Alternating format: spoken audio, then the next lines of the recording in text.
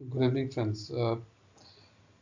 आज हम लोग सीखेंगे कि अगर आपको हाउसिंग लोन लेना है तो सपोज आप बैंक में अप्रोच करते हैं और आपको हाउसिंग लोन लेना है तो आपको हाउसिंग लोन कितना अमाउंट तक मिल सकता है।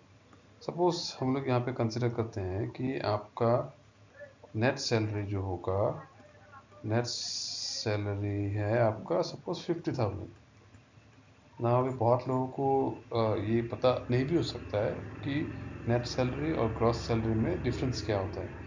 देखिए, आपका जो ग्रॉस सैलरी होता है, जो ग्रॉस सैलरी होता है उसका मतलब है इंक्लूडिंग ऑल द परक्विजिट, और या फिर इंक्लूडिंग सारा जो भी फैसिलिटीज आपको कंपनी प्रोवाइड करती है उसको आपका जो पे स्लिप है उसमें इंक्लूड किया जाता है। जैसे कि आपका पीएफ हो गया, एनपीएस हो गया, मेडिकल फैसिलिटी जो भी है वो अगर मिलता है तो वो हो गया, या एचआरए हो गया, या फिर कोई भी अलाउंस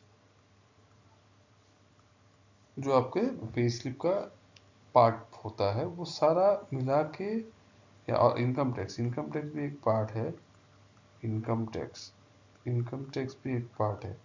ये सारा मिला के आपका क्या होता है कि ग्रॉस सैलरी बनता है।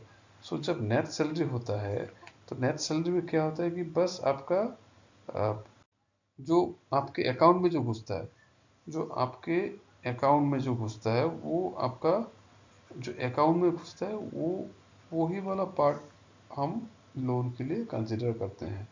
ठीक है, वही वाला पार्ट हम क्या करते हैं, लोन के लिए कंसिडर करते हैं। यहाँ पे अभी सपोज एग्जाम्पल से, फॉर एग्जाम्पल आपका जो नेट सैलरी है वो है 50,000। ठीक है, तो आपको सैलरी मिलता है 50,000, आपको हाउसिंग लोन चाहिए जिसके लिए आप बैंक में जाते हो। तो वहाँ पे जाके आपका पहला क्वेश्चन होता है कि आपको लोन कितना मिलेगा इस सैलरी में। सपोज यहाँ पे कंसिडर करते हैं कि आपका कोई दूसरा लोन नहीं है और यही आपका जो है फर्स्ट लोन या फिर ओनली लोन अभी एट प्रेजेंट होने जा रहा है। ठीक है, तो यहाँ पे कैसे कैलकुलेट होता है कि आपको लोन कितना मिलेगा। तो हम लोग यहाँ पे कंसिडर करते हैं कि आपका सपोज सपोज एज मैं कंसिडर करता हूँ आपका 30 इयर्स। ठीक, सैलरी में आपका कंसिडर करता हूँ, जो नेट सैलरी वो कंसिडर करता हूँ 50,000। ठीक है, सो बैंक में कंसेप्ट होता है फॉयर। फॉयर ये हो गया fixed obligation to income ratio. इसका मतलब क्या है कि बैंक जब भी कोई लोन देती है आपको तो जो आपका नेट सैलरी है सपोज 50,000, वो नेट सैलरी का ये पूरा अमाउंट बैंक नहीं ले सकता है, क्योंकि ईएमआई पर्पस के लिए ये पूरा, सपोज आप अगर आपके अकाउंट में 50,000 घुस रहा है और आप अगर सारा ही ईएमआई दे देंगे तो आपको, आप खाएंगे क्या, आपका जो मंथली एक्सपेंसेस है वो कैसे चलेगा। तो बैंक क्या करती है कि 50,000 का कुछ एक पार्ट छोड़ देती है। Suppose bank 70%, suppose as for example 70% of 50,000, 70% of 50,000 ही बैंक कंसिडर करती है फॉर लोन पर्पज। तो 70,000 50%, 70% और 50,000 का कितना हो गया अभी आपका, एक मिनट थोड़ा क्लियर कर देते हैं इसको।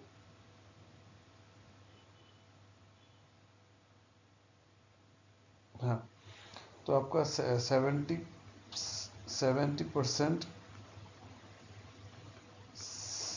70% ऑफ 50,000 आपका हो जाता है 35,000। ठीक है, तो बैंक क्या करेगी, ये 35,000 के ऊपर आपका जितना ईएमआई बनता है आपके एज के अनुसार, आपके एज के अनुसार, या एज के अनुसार मतलब आपको टर्म कितना दिया जा सकता है उसके अनुसार वो आपका ईएमआई आपका कैलकुलेट हो जाएगा। तो आपका सपोज मैं एज फॉर एग्जांपल आपका अगर मैं कंसिडर करता हूँ ये सारा चीज़, जैसे कि आपका suppose as as 30 years, suppose आपको टेन्योर जो है, आपको टेन्योर 20 साल का टेन्योर मिल रहा है फॉर लोन रिपेमेंट, और आपका जो EMI पेइंग कैपेसिटी जो अभी जो हम लोगों ने लास्ट स्लाइड में निकाला था वो था आपका 35,000। EMI नहीं है, ये पेइंग कैपेसिटी आपका, paying capacity as per your salary. ठीक है, तो इसके हिसाब से अगर आपका इंटरेस्ट रेट में 8% पकड़ूँ, 8% पकड़ूँ तो आपको करीबन लोन 40 लाख तक मिल सकता है। ठीक है, आपका नेट सैलरी 50,000, नेट सैलरी 50,000, आपको टर्म चाहिए 20 साल, आपका इंटरेस्ट रेट है 8%, उस हिसाब से आपको लोन मिलेगा अप टू 40 लैक्स। ये ऑब्वियसली इसमें और सारा और भी जो भी बैंक जहाँ पे भी आप अप्लाई करते हैं उसका टर्म्स एंड कंडीशंस और कुछ एक्स्ट्रा रह सकता है, जिसमें कि आपका अमाउंट सोचिए 35 या 38 भी हो सकता है, या फिर कोई कोई इन केस 42 लाख भी हो सकता है।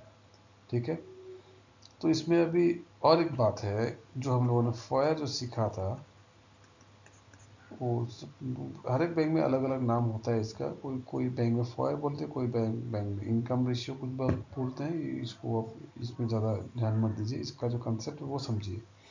सपोज आपका FOIR हम लोगों ने निकाला था 35,000, इसमें कंसिडर किया कि आपका प्रीवियस कोई लोन नहीं है। अगर सपोज आपका 12,000 का एक EMI जाता है कार लोन का, तब क्या होगा? तब क्या होगा, ये 12,000 को आपको ये 35,000 से आपको माइनस करना पड़ेगा, फिर 23,000 निकलेगा। इसका मतलब क्या होगा, 23,000 का जो भी EMI बनता है आपको उतना ही लोन मिलेगा। सपोज 23,000 में अगर आपको सपोज मैं सपोजिटली यहाँ पे बोलता हूँ कि 28 लैक्स 28 लैक्स आ रहा है, तो आपको 28 लाख ही लोन मिलेगा। ठीक है, वो डिपेंड करता है, अगर आपका कुछ लोन नहीं है, अगर 50,000 का नेट सैलरी है, 8 साल का 20 साल का टर्म आप लेना चाहते हैं, इंटरेस्ट रेट 8% है तब, और आपका नेट सैलरी 50,000 है, तब आपका लोन जो है 40 लाख तक मिल सकता है। अगर सपोज आपका कुछ और लोन, एक दो लोन है, जैसे कि पर्सनल लोन हो गया, कार लोन हो गया, वैसे हम लोग कार लोन और पर्सनल लोन का भी लोन कितना मिलेगा वो हम आप डिस्कस करेंगे, वो आप नेक्स्ट जब वीडियो आएगा तब उसमें डिस्कस करेंगे। इसमें आपका जो क्या बोलते हैं हाउसिंग, अगर कार लोन और पर्सनल लोन होगा तो फिर वही 35,000 से आपका EMI माइनस, 35,000 से EMI माइनस होगा, EMI माइनस होकर जितना रह जाएगा, जितना रह जाएगा उसका EMI हम लोग कैलकुलेट EMI कैलकुलेटर में कैलकुलेट कर सकते हैं, उसके हिसाब से आपको ये लोन अमाउंट फाइनल होगा। तो देखिए अभी हम लोगों ने क्या सीखा कि आपका